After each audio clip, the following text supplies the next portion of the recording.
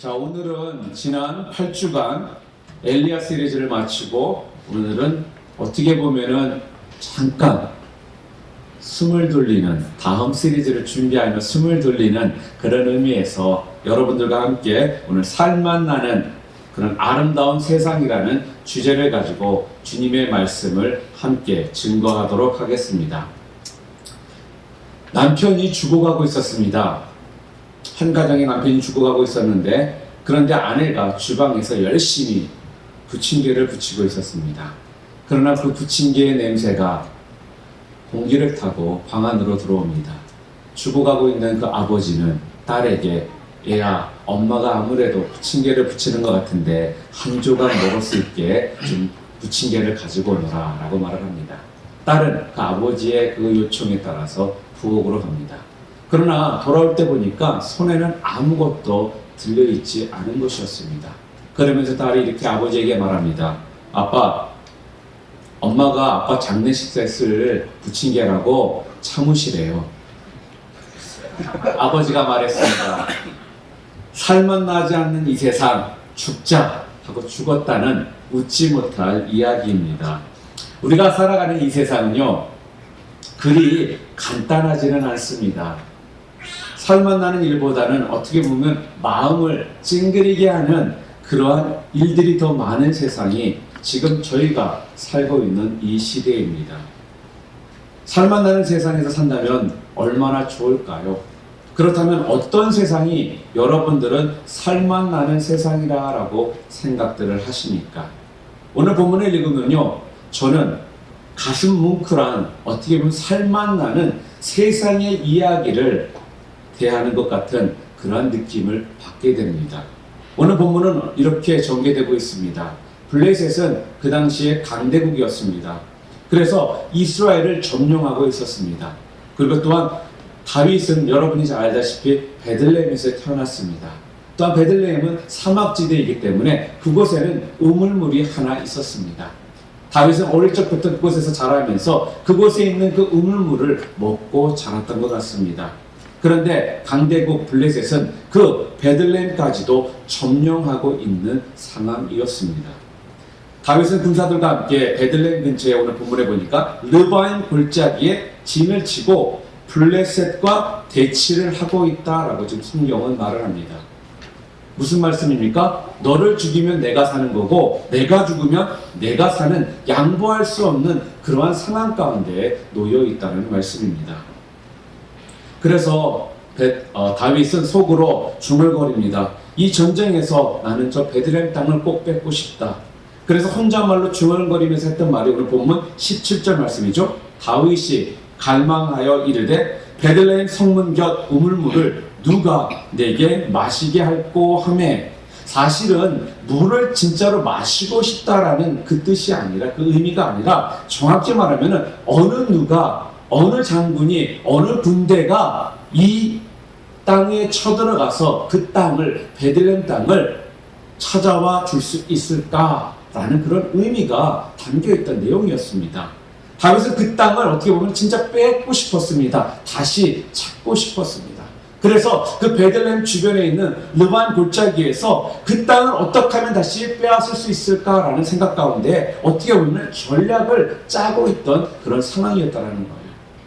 그런데 이 말을 듣고 있던 사람들이 있었습니다. 세 사람이 그 이야기를 들었습니다. 그러면서 그들이 이렇게 말을 합니다. 우리가 모시고 있는 왕이 저 땅의 우물물을 마시고 싶어 하시니 목숨을 걸고 가서 떠다 드리자.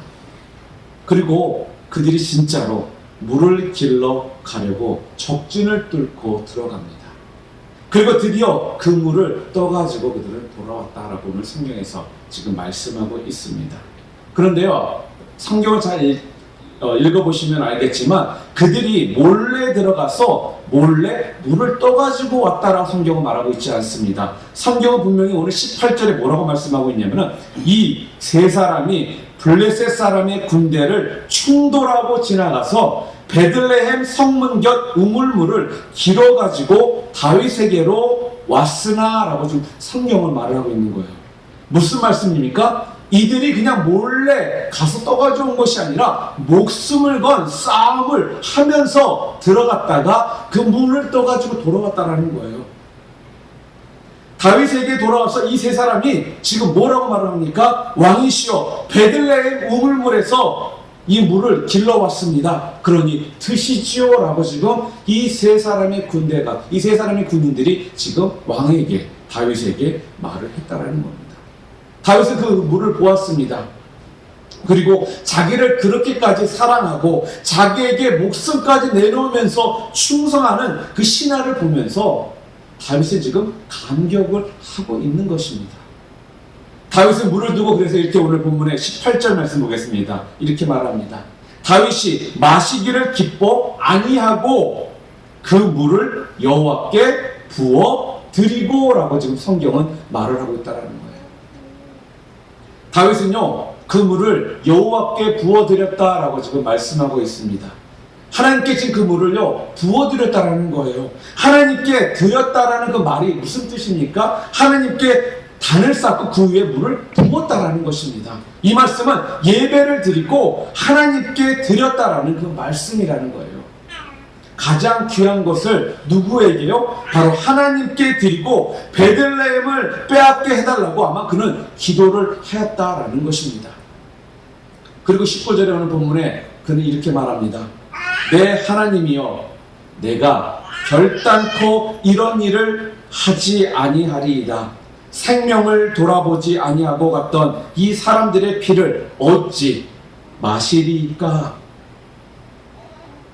정확하게 여러분 성경을 계속적으로 읽다 보면 후에 다윗은 베들레헴 땅을요 블레셋으로부터 다시 빼앗아 이스라엘 땅이 되게 합니다.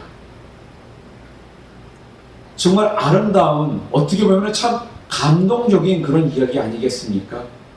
서로 살만 나는 세상의 모습이 저는 바로 이런 모습이지 않냐라는 생각을 다시 한번 하게 됩니다. 오늘 본문을 통해서 우리가 잘 보면요 누구 하나 얼굴을 찡그리면서 이런 이야기를 하고 있는 사람이 한 명도 없다라는 거예요. 한 명도 얼굴을 찡그리지 않는 어떻게 보면 오아시스 같은 그러한 이야기가 오늘 본문의 그 내용이라는 말씀입니다. 어떤 세상이 여러분들은 진정 살만 나는 세상이라고 생각하십니까? 여러분 한번 반대라고 한번 생각해 보시기를 바랍니다. 왕이 이렇게 그들에게 말했다고 생각합니다. 한번 생각해 보시기 바랍니다. 이놈들아 내가 베들레헴 앞에서 이렇게 서 있는데 저 땅을 나한테 가지고 오너라. 예루살렘을 점령하기 위해서는 베들레헴이 얼마나 중요한 요지인지 너희들이 알고 있지 않느냐. 그러면서 앞장서 가거라. 죽음을 무릅쓰고라도 니네 생명을 걸고서라도 그 땅을 나에게 가져오라. 빼앗아오라 라고 하면서 만약에 너희들이 그러지 못한다면 너희들은 나중에 돌아와서 총살감이 될 것이다. 그리고 또 너희들은 물을 꼭 떠가지고 와라. 이렇게 말을 했다면 군인들이 어떻게 했을까요? 아마 신하들은 벌벌 떨면서 자기들이 무기를 들고 아마 가면서 이렇게 말을 했을 것입니다. 자기가 앞장서 보지 왜 우리들보다 죽으라고 하는 거야. 아마 분명히 이러한 생각을 하는 군인들도 분명히 있을 거라는 겁니다. 만약에 이런 분위기라면은 골장 다 본 어떻게 보면 엉망인 군대 아니겠습니까? 사랑하는 성도 여러분, 저는 오늘 본문을 통해서요 살만 나는 아름다운 세상이 어떤 세상인지 좀 함께 오늘 본문을 중심으로 말씀을 나누기를 원합니다. 살만 나는 아름다운 세상이 어떤 세상일까요? 첫 번째로 서로의 마음을 알아주는 세상이 살만 나는 세상이라는 것입니다. 서로의 마음을 알아준다. 오늘 이야기는 제가 분명히 아름다운 이야기라고 말씀을 드렸습니다. 다윗은 나라를 통일시키고 싶어서 굉장히 노력을 했습니다. 자기의 고향 베들레헴을 찾고 싶었습니다. 또한 자기가 자라면서 놀던 그 지역에 있던 그 우물물을 마시고 싶어 했다는 것입니다. 그래서 물을 마시고 싶다고 혼자 중얼거렸을 때 어떻습니까? 물을 마시고 싶다는 것이 진정 물보다는 그 베들레헴 땅을 다시 찾고 싶다는 그 의미가 담겨 있었지만 세 사람은 그 다윗의 심정을 너무나도 잘 헤아려 주었다는 겁니다. 그들에게 명령한 것도 아니었지만 이 세 사람은 아마 고향 땅을 얼마나 왕이 다시 가고 싶으실까? 예루살렘을 빼앗으려면 베들레헴이 길목이니까 얼마나 왕께서는 저 땅을 점령하고 싶으실까? 블레셋은 이스라엘의 가장 큰 원수이니 그들을 얼마나 물리치고 싶어 하실까라면서 이 세 사람은 어떻게 보면 그 다윗의 마음을 알아주었다라는 겁니다. 그래서 다윗의 마음을 달래드리려고 그들이 어떻게 결정을 합니까? 목숨을 걸고 들어가서 그 우물물을 그들이 떠가지고 오더라는 것입니다. 이때 다윗은 어떻게 했습니까? 그 우물물을 받아듣고 마셨던 것이 아니라 그 우물물을 하나님께 드렸다라고 성경은 말합니다. 다윗은 아마 신하들의 마음을 알아주었을 것입니다. 신하들아, 나는 너희들의 마음을 알았다. 너희들이 나를 얼마나 사랑하고 나에게 목숨까지도 내놓으면서 충성하려고 하는 이 마음을 내가 알았다. 그리고 또한 베들레헴이 예루살렘을 점령하기 위해 요새라는 사실을, 중요한 그런 지역이라는 사실을 너희들이 알고 있다는 것을 내가 알았다. 필령, 너희들이 이러한 물을 가져왔지만 이것이 너희의 목숨이 피와 같은 물인데 내가 이 목숨 걸고 떠온 이 물을, 이 귀중한 물을 어떻게 내가 마실 수 있겠느냐? 나는 너희들의 그 심정을 잘 안다. 아마 다윗 또한 이러한 마음을 가지고 자기의 그 신하인 그 사람들을 대했을 거라는 것입니다. 사랑하는 성도 여러분, 서로 알아주는 세상은요, 서로의 마음을 알아주는 세상은 그래서 살맛나는 세상인 것입니다. 서로가 서로를 알아주고 또 이해하고 사랑해주는 세상이 된다면 정말 그러한 세상이 진정 살맛나는 세상이요, 하나님께서 우리들을 통해서 보고자 하는 이 세상의 모습일 거라는 것입니다. 서로 마음을 알아주고 사랑하는 세상은 그래서 좋은 세상입니다. 다윗과 바로 이 세 신하의 이야기는 그래서 살맛나는 세상의 이야기가 되는 것입니다.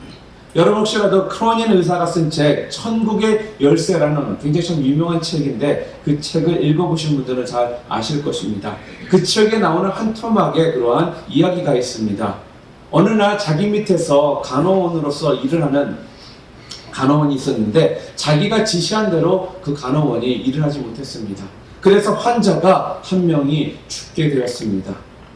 크로닌은 그래서 당장 병원장에게 탄원서를 쓰기 시작합니다. 이 간호원은 자격 미달이니 이 간호원을 파면시켜 주시기를 간청합니다. 간호원은 자기가 잘못한 것을 알았습니다. 그리고 탄원서가 올라가려고 한다는 것도 알았습니다. 크로닌 의사에게 가서 그녀는 무릎을 꿇고 이렇게 말합니다. 선생님, 한 번만 기회를 주시기 바랍니다. 한 번만 저를 용서해 주시기를 바랍니다. 이 말을 듣는 순간 크로닌은 이 말이 곧 자기가 예수님 앞에 가서 자기가 해야 되는 말이라는 것을 느끼기 시작합니다. 그는 속으로 이렇게 중얼거립니다. 그렇다. 사람이 한 번 죽는 것은 정한 것이요 죽은 후에는 심판이 있다. 나도 주님 앞에 가서 이렇게 말해야 할 것이다. 예수님, 한 번만 기회를 주세요. 한 번만 용서를 해 주세요. 사람이 사람을 용서할 수 있겠는가? 이 간호원을 누가 정죄할 수 있겠는가? 일부러 그런 것도 아니지 않는가? 어느 간호원이 일부러 사람을 죽이겠는가? 정말 실수요, 정말 모르고 한 일이지 않는가? 이런 생각을 하면서 크로니는 자기 자리에서 조용히 일어납니다. 그리고서 그 탄원서를 가지고서 그 간호원 앞에 가서 찢어버리기 시작합니다. 그 세월이 흘렀습니다. 그 간호원은요, 영국에서 가장 큰 병원의 간호과장이 되었습니다. 가장 유능한 간호원이 되었다는 것입니다. 서로 알아주는 세상, 살맛나는 세상입니다. 서로 이해해주는 세상, 살맛나는 세상입니다. 서로 아껴주는 세상, 살맛나는 세상입니다. 바로 다윗과 이 세 사람의 신하가 바로 우리들에게 살맛나는 세상의 모습을 보여주었던 것입니다. 여러분, 예수님이 좋은 이유가 여러분들은 무엇이라고 생각하십니까? 예수님은요, 우리의 마음을 다 알아주시기 때문에 예수님은 좋은 분이시라는 것입니다. 다른 사람은 다 몰라도요, 예수님만큼은 내 마음을 알아주시기 때문에, 그렇기 때문에 예수님은 가는 곳곳마다 많은 사람들이, 많은 군중들이 예수님 주변에 몰려들기 시작했던 것입니다. 여러분이 잘 아시는 막달라 마리아, 어떤 여자였습니까? 그녀는 창녀였습니다. 또한 귀신 7마리가 들어가 있던 여자였습니다. 귀신 들린 여자, 창녀였던 이 여자를 어느 누구 하나가 좋아하겠습니까? 아무도 그녀를 좋아해주는 사람들이 없었습니다. 그 여자가 성녀가 되리라고는 아무도 생각하지 못했습니다. 가족들도 심지어 그녀를 버립니다. 그러고 난 친구들도 그녀를 냉대합니다. 모두가 무관심하고 어떻게 보면 모두가 그녀가 빨리 죽기를 바라고 있을지도 모르는 것이었습니다. 그런데요, 예수님께서는 그 여인을, 그 막달라 마리아를 알아주셨다는 것입니다. 예수님께서는 그 여자가 정상적인 여자가 된다면 어떠한 일을 하며 어떠한 위치에 서서 주님 앞에 영광 돌릴 수 있는 사람인지를 예수님은 아셨다는 것입니다.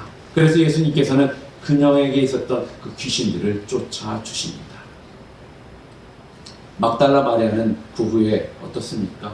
예수님이 십자가에 못 박혀 돌아가실 때까지 제자들도 다 도망가 버렸는데도 불구하고 끝까지 그 십자가를 함께 붙들고 울었던 사람이 바로 막달라 마리아라는 것입니다. 또한 그녀는요, 로마 군인들이 지키고 있는 동굴을 새벽에 일찍 일어나서 그곳으로 가면서 죽을지도 모르고 로마 군인들에게 잡힐지도 모르는 이러한 상황 가운데서도 어떻게 보면은 제자들보다도 더 큰 믿음 가운데에 예수님을 찾아가더라는 것입니다. 제자들은 예수님을 향한 그 믿음을 잃어버렸지만 막달라 마리아는 끝까지 예수님을 믿었던 사람이었다는 것입니다. 이렇게 사람들은요, 자기를 알아주는 사람에게요, 자기의 목숨을 내놓습니다. 사람들은요, 자기를 알아주는 사람하고요, 함께 살기를 원한다는 것입니다. 여러분이 또 잘 아시는 삭개오는 어떻습니까? 삭개오는 여리고의 세리장이었습니다. 그 당시에는 이스라엘이 로마의 지배하에 있었습니다. 그래서 세금을 거두어서 로마로 보내야 되는 그런 일을 했던 사람이 바로 삭개오였습니다. 그러나 더 많은 세금들을 걷어들여서 본인도 착취를 합니다. 그래서 많은 사람들이 이 삭개오를 싫어했습니다.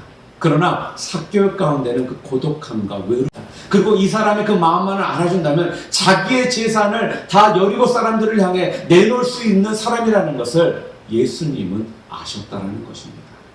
그래서 예수님은 삭개오의 집에 가십니다. 그랬더니 삭개오가 어떻게 얘기를 합니까? 예수님, 저는 제 재산의 반을 가난한 사람들을 위해 내놓겠습니다. 그리고 제가 혹시라도 더 많은 세금을 거뒀던 사람이 있다면 그 세금의 4배를 제가 그 사람들에게 돌려주겠습니다. 라고 그는 예수님께 말을 합니다. 놀라운 결단이었습니다. 자기를 알아주는 예수님 앞에서 삭개오는 전적으로 새로운 사람이 되기 시작했다는 것입니다.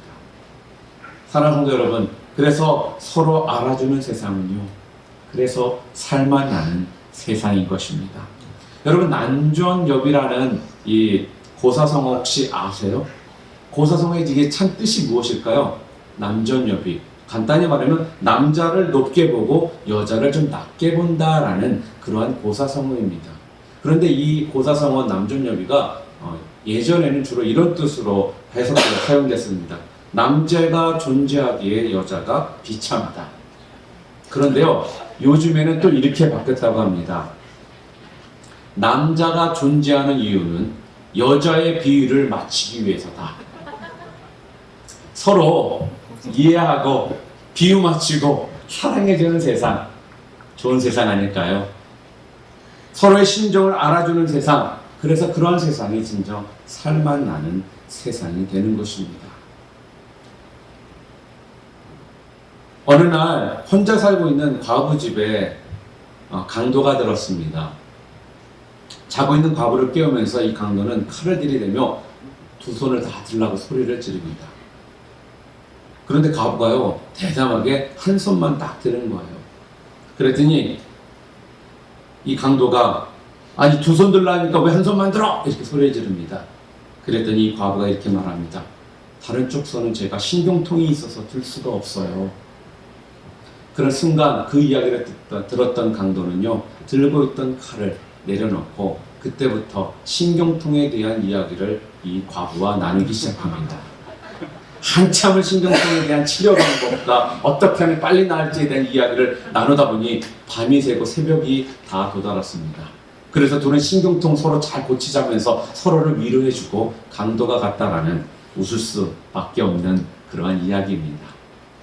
서로 이해해줄 때 강도까지도 마음이 바뀌는 것이 어떻게 보면 우리가 이 땅을 살면서 진정한 살맛 나는 세상의 모습이 아닐까 또한 생각을 해봅니다. 작년 여름에 미국에서 굉장히 크게 보도됐던 사진입니다. 굉장히 화제가 되었던 사진인데요. 이 사진이 어떤 사진이냐면요. 30명가량의 사람들이 다 머리를 깎고선 함께 찍은 사진입니다. 그 가운데 누가 앉아있냐면 바로 부시 미국 전 대통령이 그 정가운데 앉아 있습니다. 이 내용이 어떤 내용이냐면요. 경호원 중에 한 자녀가 2살짜리가 파출견 아들이 백혈병에 걸렸다고 합니다. 그래서 백혈병에 걸린 그 파출액을 위로하기 위해서 조지 부시 대통령과 이 모든 경호원들이 함께 머리를 밀은 것입니다. 그리고 그것을 같이 기념하며 함께 사진을 찍은 거라고 합니다. 또한 앞서 동료 경호원들까지도 패출액에게 용기를 주기 위해서 삭발에 동참을 했던 것입니다. 사랑하는 성도 여러분, 함께하는 사회는요 정말 살맛나는 세상입니다. 같이 사랑해주고 또한 같이 느껴주고 또한 같이 있어주는 세상, 그래서 그런 세상이 진정한 살맛나는 세상이라는 것입니다.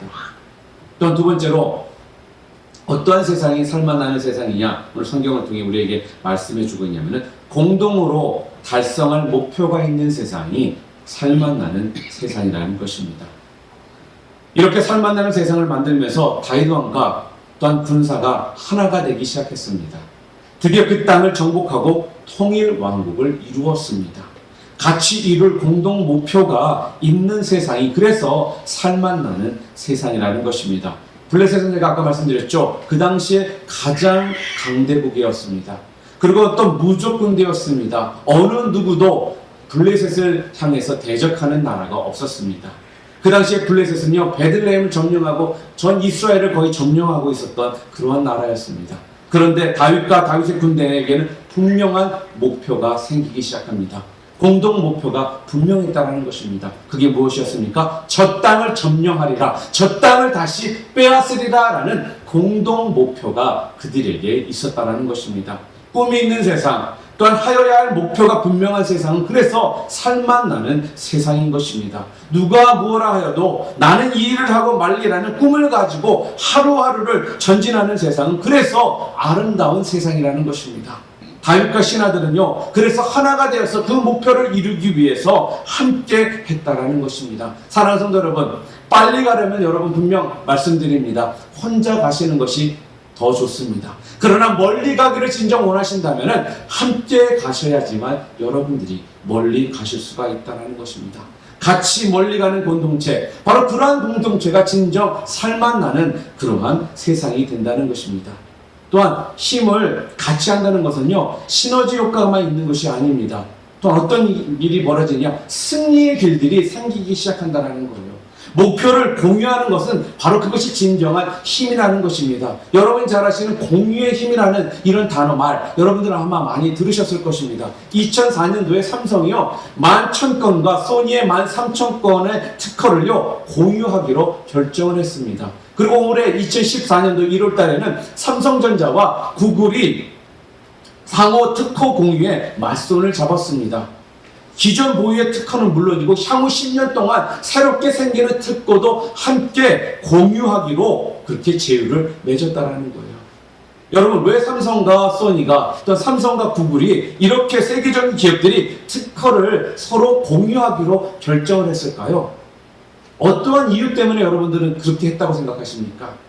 작게는 특허 분쟁으로 인한 소모전을 줄이는 것도 있고요. 크게는 사업 기술을 공유해서 표준화를 이루어서 세계 시장을 주도권을 잡고 이끌어가기 위한 윈윈 전략 때문이라는 것입니다. 너와 내가 함께하는 세상은 그래서 살만 나는 세상이라는 거예요. 나만 살고 너는 죽으라는 것은 절대로 그것은 공유가 아니라는 것입니다. 공유는요, 내가 가진 것을 상대에게 주어서 오히려 그 상대가 더 잘 되게 되는 것이 진정한 의미에서 공유라는 것입니다. 또한 그것을 통해서 상대방의 힘이 나에게도 힘이 되는 그러한 상황이 바로 공유라는 말씀입니다. 내 능력과 상대의 능력을 연결하는 것, 그것이 진정한 의미에서 공유라는 말씀입니다. 자, 그렇다면 우리 믿는 사람들이, 믿는 자들에게는 공유라는 의미가 무엇일까요? 우리 믿는 사람들에게 공유라는 것은 무엇입니까? 그것은 다른 것이 아니라 바로 하나님의 힘을 빌리는 것이 우리 믿는 자들이 해야 될 공유의 모습이라는 것입니다. 그게 무엇입니까? 하나님을 전적으로 믿고요, 하나님 앞에 기도하며 나갈 때 진정한 하나님의 능력이 내 능력이 돼서 그 능력을 통해 놀라운 주의 일들을 감당할 수 있는 자로 우리가 쓰임받게 되는 것이 바로 우리 믿는 자들이 말하는 공유의 모습이라는 거예요. 그렇기 때문에 여러분들이 하나님을 믿고요, 하나님 앞에 기도하며 나갈 때 여러분은 바로 이런 공유의 힘을 여러분들이 직접 경험할 수 있게 되는 것입니다. 아프리카 부족들을 연구하던 학자가요, 아프리카 아이들을 불러놓고 이러한 게임을 하나 제시를 했습니다. 너희들 중에 가장 빨리 뛰어가는 자가 저 나무의 밑에 있는 저 많은 과일들을 먹을 수 있다. 그래서 그러고 나서 그 아이들에게 가장 먼저 간 사람 혼자 다 먹어라, 이렇게 말을 합니다. 이 말이 떨어지기가 무섭게요, 아이들은요 순간적으로 다들 손을 잡기 시작합니다. 누구 하나 말한 적이 없는데도 동시에 서로의 손을 손잡고 그들이 함께 손을 잡고 그 나무 밑까지 함께 걸어가더라는 것입니다. 그리고 그 자리에서 서로 즐거운 모습으로 그 나무 밑에 있는 그 과일들을 서로 먹기 시작합니다. 그래서 인류학자는 이런 모습을 보면서 그 아이들에게 물어봅니다. 내가 분명히 1등한 사람에게 다 가지라고 말을 했는데 왜 너희들은 함께 갔지? 그랬더니 아프리카 말로 우번투라는 이 말을 어떤 아이들이 하기 시작합니다. 한 명만, 이 뜻은 뭐냐면요, 한 명만 기분 좋으면 다른 아이들이 슬퍼질 수가 있는데요, 어떻게 나만 기분 좋을 수가 있겠습니까? 라고 그렇게 말을 하더라는 거예요. 그래서 우분투라는 말의 아프리카 말을 정확하게 이거를 번역하면은 우리가 함께 있기에 내가 있다라는 그런 의미라고 합니다. 그렇습니다. 우리가 함께 있기에 모두가 행복감을 느끼는 세상이 진정한 살맛 나는 세상이라는 말씀입니다. 여러분이 잘 아시는 성경에 보게 되면요, 모세가 두 손을 다 올려놓고 기도할 때 이스라엘 민족들이 아멜렉과의 군대와의 싸움에서 대승리를 거두었던 것처럼 함께 하나가 돼서 한 목표를 가지고 나아갈 때 이러한 승리의 기쁨을 우리가 맛볼 수 있게 된다는 것입니다.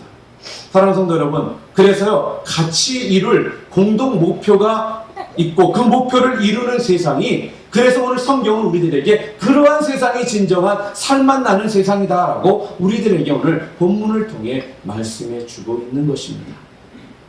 세 번째로 오늘 본문을 통해 우리들에게 또 말씀하시는 살맛 나는 세상이 어떤 세상이냐? 하나님을 사랑하고 하나님의 사랑을 받는 세상이 살맛 나는 세상이라는 것입니다.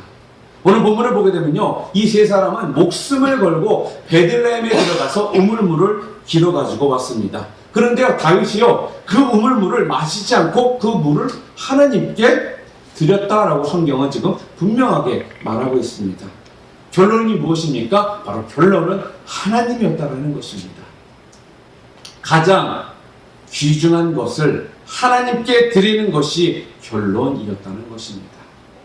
오늘 이야기의 결론은요, 그래서 하나님께 그 물을 부어 드렸다는 것으로 오늘 성경에서 말씀이 끝나고 있습니다. 하나님께 물을 부어 드리면서 다윗은 틀림없이 이렇게 기도를 했을 것입니다. 하나님, 이 물은 베들레헴에 있는 그 우물에서 길러온 물입니다. 하나님께 이 물을 드립니다. 그 땅은 하나님께서 우리 조상 아브라함에게 주셨고 우리에게 주신 땅이오니, 주님께서 약속하신 땅이오니 주님, 이 땅을 저희에게 돌려주시옵소서. 그 땅을 우리가 점령할 수 있게 하여 주시옵소서라면서 아마 다윗은 이러한 기도를 드리며 하나님 앞에 그 물을 부어 올렸을 것입니다.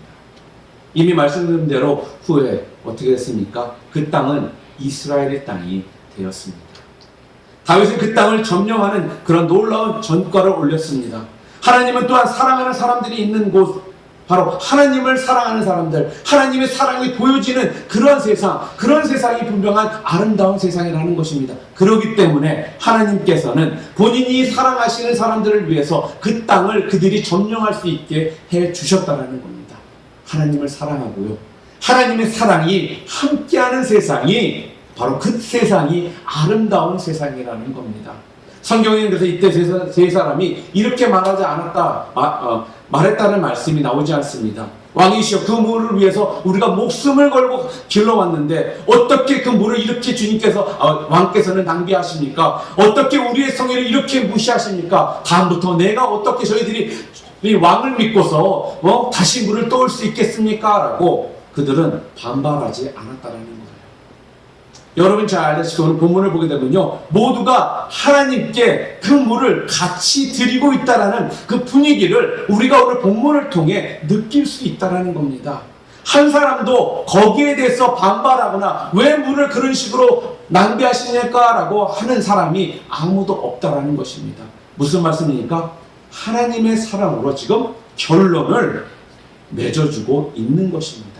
이 말씀은 하나님을 사랑하고 하나님으로부터 사랑을 받는 세상이, 그래서 그런 세상이 정말로 살맛나는 세상이라는 말씀입니다.